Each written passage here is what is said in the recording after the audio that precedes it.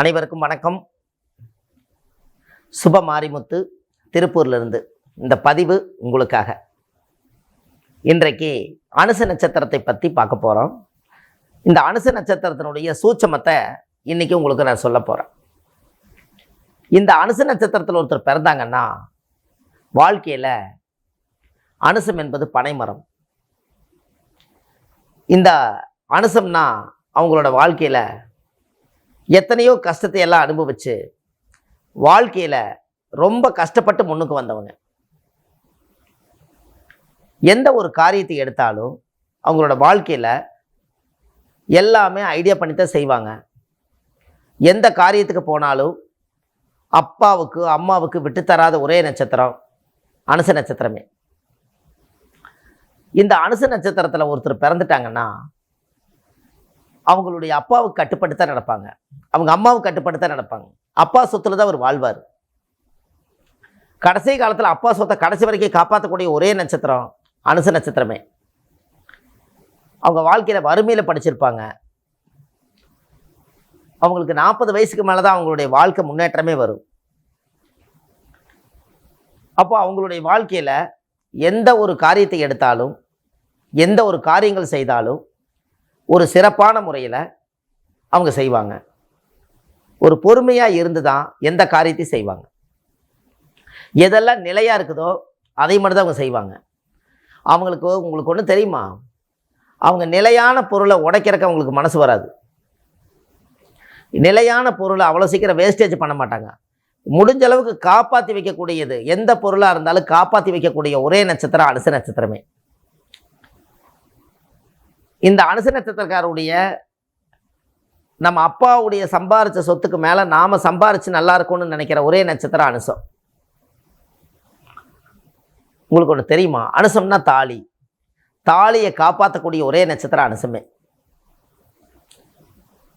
அந்த காலத்தில் பனைமரம் 1000 வருஷம், பனை 1000 பறவை 1000. பறவை கொல்லாமல் இருந்தால் 1000 வருஷம் உயிரோடு இருக்குமா, பனைமரத்தை அறுக்காமல் இருந்தால் 1000 வருஷம் இருக்குமா. அதனால தான் அந்த காலத்தில் பனைமரத்தை அந்த காலத்தில் முக்கியமாக கண்டுபிடிச்சிருக்காங்க. அந்த காலத்தில் நூல் பருத்தி பஞ்சு இல்லாத காலத்தில் பனையோலையில் தாலி செஞ்சு தான் சத்திய வாக்கு வாங்கி தாலி கட்டியிருக்காங்க. அதனால தான் அனுசம்னா தாலி. அப்போ அனுசம்னா பனைமரம் ஓலையா. அப்போ முன்னோர்கள் அதனால் அந்த இருக்கிற மூலிகையை வச்சு பனை ஓலையில் தான் ரகசியங்களை பூராமே ஓலைச்சுவடியில் எழுதி வச்சுட்டு போயிருக்காங்க. அது 1000 வருஷமும் உயிரோடு இருந்திருக்கல்ல. அதனால தான் அந்த ஓலைக்கு அவ்வளோ சக்தி.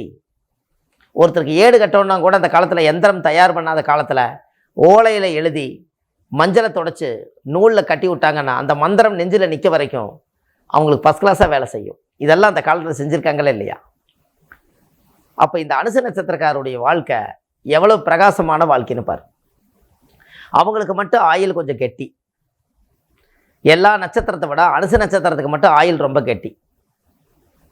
அப்போது அந்த அனுசத்தில் பிறந்துக்கிறவங்க எந்த நட்சத்திரக்கார நட்பு வச்சுக்கிட்டா நல்லா இருக்கும்னா, அனுச நட்சத்திரக்காருடைய வாழ்க்கையில் எந்த ஒரு காரியம் எடுத்தாலும் அனுச நட்சத்திரக்காரு திருவோண நட்சத்திரக்காரை மட்டும் அவங்க நட்பு வச்சுட்டாங்கன்னா தெய்வ அனுகூல நட்சத்திரம் திருவோணமே. அப்படின்னா பாரு. அப்போது அந்த ஜாதகத்திலேயே அந்த யோகம் எப்படியெல்லாம் வேலை செஞ்சுருக்குது. இந்த திருவோண நட்சத்திரக்காரர் மட்டும் அவங்க லைஃப்பில் ஒரு நட்பாக வந்துட்டாங்கன்னா தெய்வ அனுகூலமே அவங்க வீட்டுக்கு வந்த பொருள்.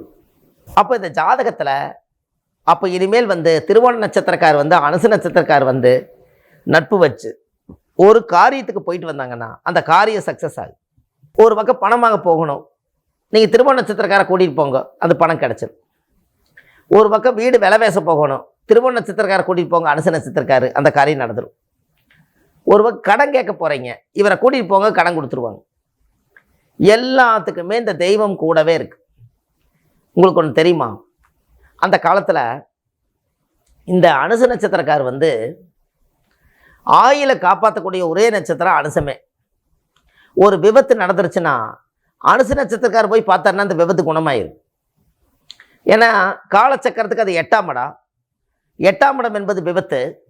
8ல் இருக்கக்கூடிய இது நட்சத்திரமே அனுசம். அது ஆயில் கெட்டி இவங்க போய் அவங்கள கவலைப்படாதீங்க நல்லாயிருவீங்கன்னு ஒரு வார்த்தை சொல்லிட்டு அவர் நல்லாயிருவார். அப்போ அவங்ககிட்ட எவ்வளோ பவர் இருக்குன்னு பாருங்கள். 27 நட்சத்திரத்தில் அனுச நட்சத்திரம் மட்டும்தான் ஆயிலை காப்பாற்றக்கூடிய ஒரே நட்சத்திரம்.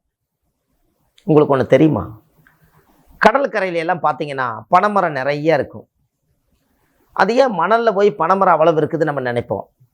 ஒருவேளை இயற்கையை அது வளர்ந்தனால அப்படி இருக்குன்னு நினைப்போம். அப்படியெல்லாம் இல்லை. முன்னோர்கள் அந்த காலத்தில் பனைமரத்தை அங்கே வச்சுருக்காங்க. எதற்காக வச்சுருக்காங்கன்னா, பெரிய பெரிய சூறாவளி காற்றெல்லாம் வந்துச்சுன்னா கண்ணுக்கு தெரியாமல் அந்த காற்று வந்து கிராமத்தை அழிச்சிடும்.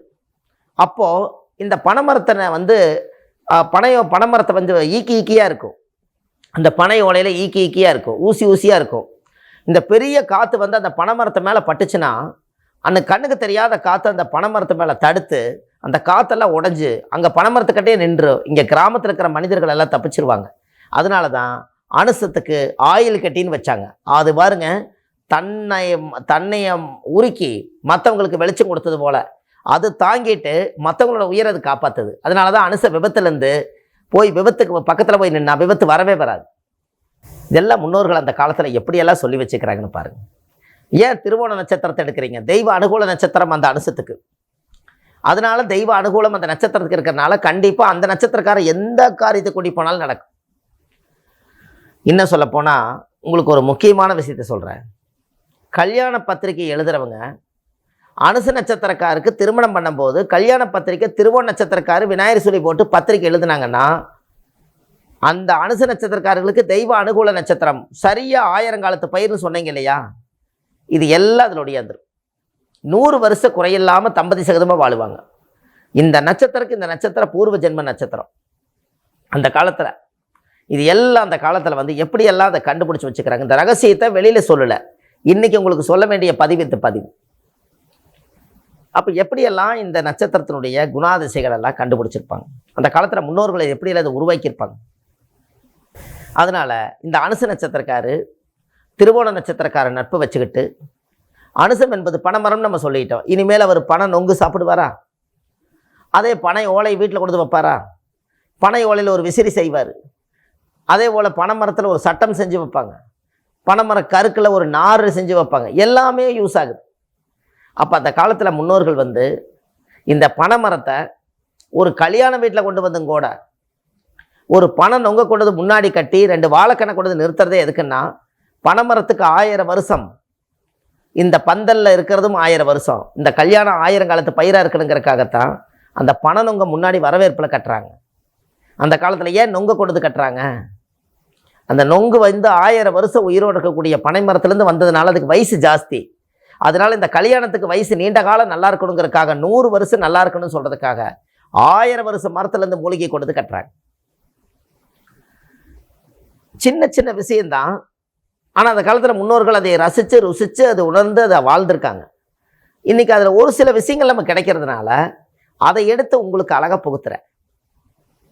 அப்போ இப்படியெல்லாம் இருக்கும்போது இந்த திருவோண நட்சத்திரக்காரை வந்து எல்லா காரியத்திலையுமே அவங்க தெய்வமாக நீங்கள் பார்க்கணும்.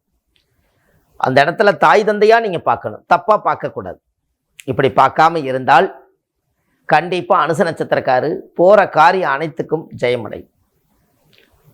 இந்த அனுச நட்சத்திரக்காரர்களுக்கு மட்டுமே இந்த சிறப்பு. இதெல்லாம் வாழ்க்கையில் ஒரு முறை நீங்கள் தெரிஞ்சுக்கிறதான். இந்த பதிவை அனுச நட்சத்திரக்காரர்களுக்கு மட்டும்தான் இந்த பதிவு சேரும். இந்த பதிவை உங்களுடைய ஃப்ரெண்ட்ஸ் சர்க்கிளில் உங்களுடைய அனுச நட்சத்திரக்காரை யாரோ இருப்பாங்கல்ல, அவங்களுக்கு இந்த பதிவை அனுப்புங்க. அவங்களும் இதை தெரிஞ்சுக்கிட்டும். ஆன்லைன்லேயே ஜாதகம் பார்க்குறேன். நீங்கள் வள்ளுவர் வாக்குன்னு யூடியூப் சேனலில் போனீங்கனாலோ அல்லது சுப மாரிமுத்துன்னு யூடியூப் சேனலில் நீங்கள் போனீங்கனாலோ ஒரு 1000கணக்கான பதிவுகளை உங்களுக்கு கொடுத்துருக்கேன். இந்த உலக ரகசியத்தில் இருக்கக்கூடிய அனைத்து பதிவுகளுமே அந்த பதிவுக்குள்ளே இருக்கும். ஜோதிட ரகசியத்துக்குள்ள அந்த ஜோதிடம் என்பது என்ன? ஜோதிடம் என்பது ஒரு பொக்கிஷம், ஒரு ரகசியம். இந்த ரகசியத்தை ரகசியமாக வச்சு ஒரு காலத்தில் மறைச்சி வச்சிருந்தது இன்றைக்கி நீங்களும் தெரிஞ்சுக்கணுங்கிறதுக்காக உங்களுக்கு எந்த துரோகம் செய்யாத நட்சத்திரம் எதுன்னு தெரியணும் அல்லவா? அது திருவோண நட்சத்திரமே. அப்போ நாளைக்கு அவங்கள நம்பி ஒரு ஏடிஎம் கார்டை கொடுக்குறதோ ஒரு பொருளாதாரத்தை கொடுக்குறதோ எதாக இருந்தாலும் யார் நம்பி கொடுக்க முடியும்? அப்போ நம்பிக்கை வேணும் அல்லவா? அதனால் கண்டிப்பாக இந்த பதிவில் உங்களுக்கு ஒரு அற்புதமான ஒரு கருத்தை உங்களுக்கு நான் கொடுத்துருக்கேன். இந்த பதிவை நீங்கள் எல்லாத்துக்கும் ஷேர் பண்ணுங்கள். உங்களுடைய வாழ்க்கையில் வாழ்வது ஒரு முறை, வாழ்த்தட்டும் தலைமுறை. சுப மாரிமுத்து, திருப்பூர்லேருந்து. நன்றி, வணக்கம்.